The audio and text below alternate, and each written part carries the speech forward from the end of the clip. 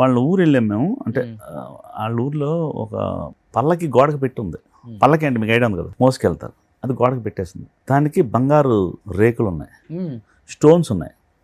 అలాంటిది ఇంట్లో వాళ్ళ అమ్మమ్మ గారు దాంట్లో వచ్చారట. అత్తోరి నుంచి ఇక్కడ తీసుకొస్తారు కదా, అది తీసుకొచ్చింది ఏం చేస్తారు కదా, పాడేలేరు ఏం చేయరు కదా, గోడకు పెద్ద మేక కొట్టి అలా పెట్టేశారు. బంగారు ఉడ్డు పెట్టి రాగి బంగారు రేకులు ఉంటాయి. ఇప్పుడు రాగి రేకులు పెడతారు కదా, అలా బంగారు రేకులతో ఉంది. కింగ్స్ వాళ్ళు వీళ్ళ అమ్మమ్మ గారు వాళ్ళ పెళ్లి పల్లకిలో ఇంటికి వచ్చారు.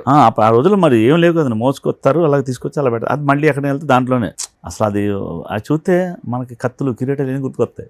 ఆ పల్లకి చూస్తేనే భలే ఉంటుంది. అసలు రాజవంశం ఉండదు అది, ద కింగ్స్ అంతే. కోట్లు అలా కత్తులు ఇంకా చాలా రకరకాల అలా వాళ్ళకి కొంచెం వెండి ప్లేటు మధ్యలో బంగారు పువ్వు ఫుడ్ అలాంటివి ఉంటాయి. అంటే వస్తున్నాయి వాళ్ళకి, అది అట్లా తీసేసిన అవసరం లేదు. అమ్ముకోసం కింగ్సే తాతలు అంతా వాళ్ళ నాన్నగారి తరం వరకు ఉన్నారు.